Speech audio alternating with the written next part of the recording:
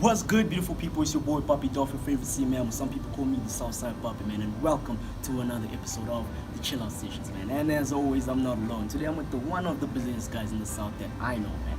Jody, man. What's happening, man? Poppy G, what's good, man, G? No, it's all good, man. It's all good. I'm just happy we finally got to do this. It's been a long time us coming. two of us, bro. Yeah, man. But like, for those who don't know, like, who is Jody? Where you come from? And what inspired you to actually start doing what you do now? Jody's just a normal guy from Port Elizabeth. Ooh, PB in the building. B in the building. Shout out to B, wherever it is. Yeah, man. Came up to Joburg when I was about 19. Yeah. What about a hustle, G? I mean, came up, started to work, tried different business ventures. Yeah. Seeing that I've always been in the South, the heart's always been here. Shout out to Southside, you know what I'm saying? You know how it is. Yeah, man, that's basically what it is, man, you know? Yeah. We're just trying to progress, we're out here, we're doing our thing, hustling, you know?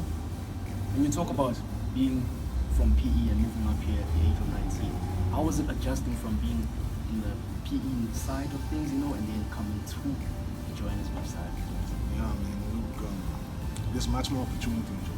Much more opportunity. In terms of PE, look, it's crime infested. Yeah. You're very limited in what you're gonna do, and you're either gonna be a taxi driver. If you're not a taxi driver, you're either gonna have to work in the motor industry. Other than that, you're either gonna become a teacher, but if you're not gonna do those things, then the streets is your name. Yeah. Survival of the fittest. So you came up to Joburg, made a name for yourself, and now you run one of the most known clubs in the South. Temptations, man. How did that come about? Oh, Tempis, as I like to call it, Tempis. Yeah, shout out to EB and Odi. Yeah. They gave me a chance. They were the previous owners. So I used to go there as a customer, basically. And obviously it was one of the main places in the South. Spoke to EB, spoke to Odi. I was lucky enough they gave me an opportunity to buy the business. Okay. At the time it was myself and another two guys, two friends of mine. Shout out to Kessler and Ashley. Yeah. Yeah, man, that's how we started it. I mean, I would sit here and say we took it to different higher heights, but the place was there, it was established, so we didn't have to do much in it. You didn't have to do much. You just took over and you kept it running. You took over, put your spice on it, you know what I'm saying? You have to put your mouth on things. You have to. And that's basically what it is. I mean, that's campus work. Yeah. And how did the people receive like new management? Because sometimes change is like it's a problem, eh? Yeah, true. Look, it was challenging at first. Yeah. But it's like learning how to drive. Yeah. So once you're in it, you get to know the people. It's all about service at the end of the day, Don't also try to be something that you're not. Be yourself. Yeah. That's what the people will receive you as. That's how we went about it. And would you say with you guys, all of the guys that were part of Temptations and bringing it back to life and all of that, that's what made you all different, being yourselves, not trying to do what the other management was doing. But Yeah, no, for sure. Look, they attracted a certain crowd at the time. Yeah. With us coming along, or taking over as such, we were able to sustain the crowd they had, but we were also able to bring in new faces, My aim was always to make it like multicultural, so I didn't only want to see colors. Yeah. I wanted to see black guys, I wanted to see white guys, I wanted to see Indian guys, I wanted us all to be, I wanted it to be like a South thing. South. Yeah, Just 100%. Yeah. And now, apart from being a businessman, I know you're also family. How hard is it juggling both? Bro. Like I said, business it's keeps you all about balance at the end of the day, but Yeah. like when we took over things, it was all new to us, Yes. So it came with its challenges and trials and arguments, Yeah. But it's all about finding a balance, man, As time went on, we learned to find the balance, and everyone's good. Everyone's good. Family's good. Everyone's good. Gotta make sure the family's good. Hey, number one, bro. Family Number one, family first. But I'm sure now with all the extra attention that came with Temptations and all that, just a new circle of friends and everyone trying to come close to you, like how did you like kind of balance that? Like not let the attention drag you off track, just keep the focus. Yeah, it was hard, man. It was definitely hard. Takes me back to my PE days. Look, like I said earlier, the opportunities weren't as much as what we had in Joburg, but remember the attention was always there. Yeah. Whether it be us guys, go to the club, sit down, chilling with chicks, whatever the case may be, the attention was always there. So growing up in PE had a lot to do with it as well in terms of adapting and coming to terms with all the attention and always having to be on the service side of things, making sure everyone's good. So yeah, PE helped a lot in that way from where I came from to the adaptation and everything. So with the attention, it's always been there from people. So it came this like didn't phase you as much. Nah, it didn't phase me. We come from a from a firm background. We put it that way. Yeah, we come from a shit. So, yeah, nah. Now on the business side of things, like what are some of the challenges that you have faced, like temptations as well? yeah, the biggest challenge I would say would be having the business as well as working 9 to 5 as well. So you're doing both. So it's a full-on. I've been doing that for the past 15, 16 years. 15, 16 years. Yeah, so the biggest balance was, the biggest challenge was finding the balance between the 9 to 5 as well as the club as such. Because remember, like you said, family first. So you had to find room to find all those things to put it in. You have to fit it and you don't have a choice. I mean, it's all about a hustle at the end of the day. And the way I look at it 9 to 5, I look at it as a hustle as well. It depends where you want to go. So would you advise someone who wants to be in the same field to also have 9 to 5 to maybe support the individual as well? Yeah, it depends on the individual. Look, that's definitely my direction I will go. But not necessarily the path anyone else has to take. Yeah. I mean, you can open a club, you can open up a business, you can give it your full attention. That might end up being bigger than, I think it's fine. But that's just my choice though, I don't like sitting still, I hardly sleep. So it's all about our choices. That was my choice I made and Sacrifices.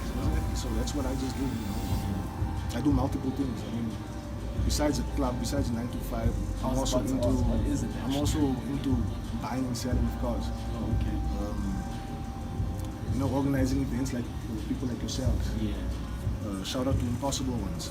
They're showing entertainment. Gqeberha, definitely doing his thing. He's doing the most. He's doing his thing, yeah. So, it's all about aligning yourself with the proper, in terms of where you want to go. So it's important that you align yourself with people who share the same interests as you.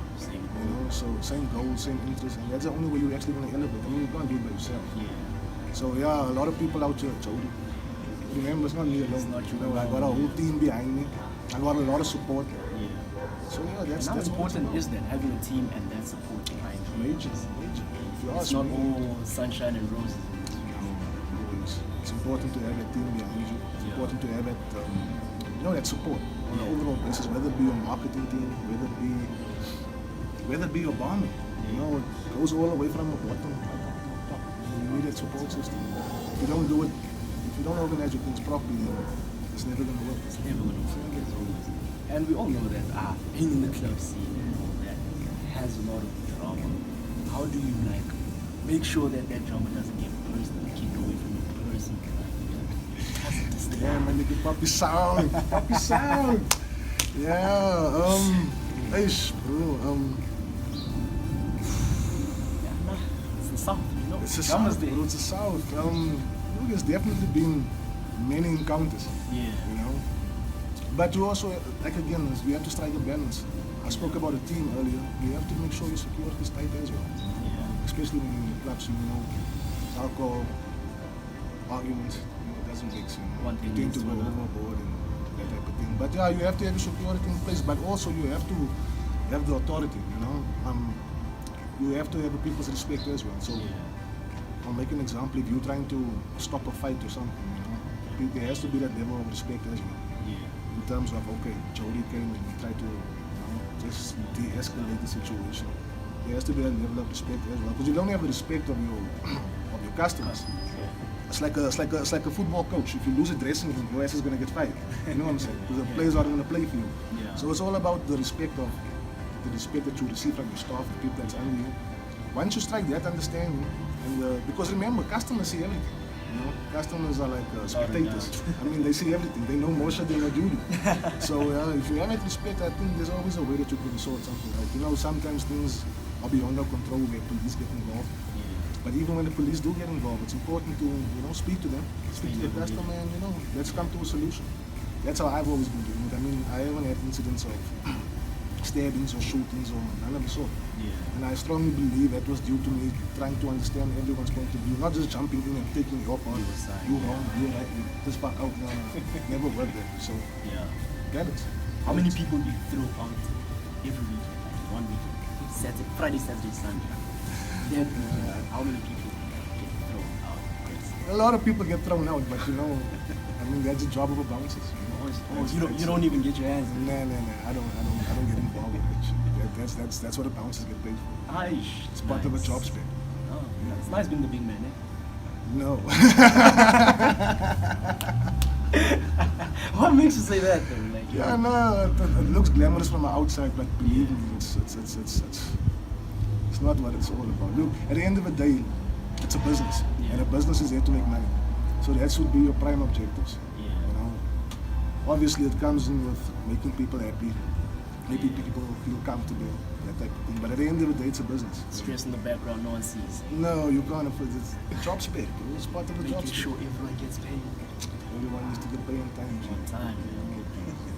But yeah, no, hey, what would you say to someone who's watching this, like a young guy who wants to one day own a nightclub or whatever?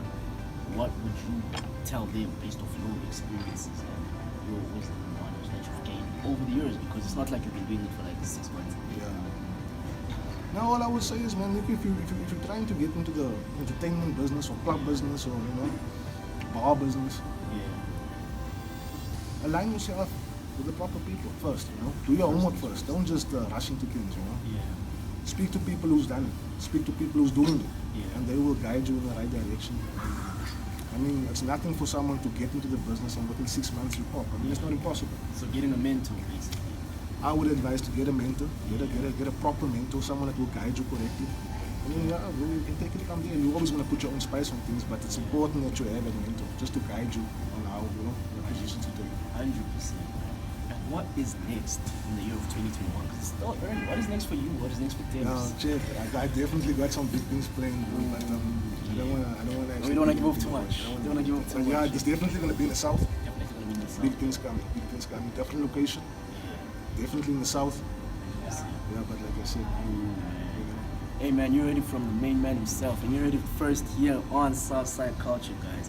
Now don't forget, man, align yourself with the right people and always stay true to who you are, because hey, some of y'all are trying to be someone you are not. yes sir. But nonetheless, man, that's all the time we have, and thank you guys for tuning in. Thank you for joining us, man. Happy South, anytime.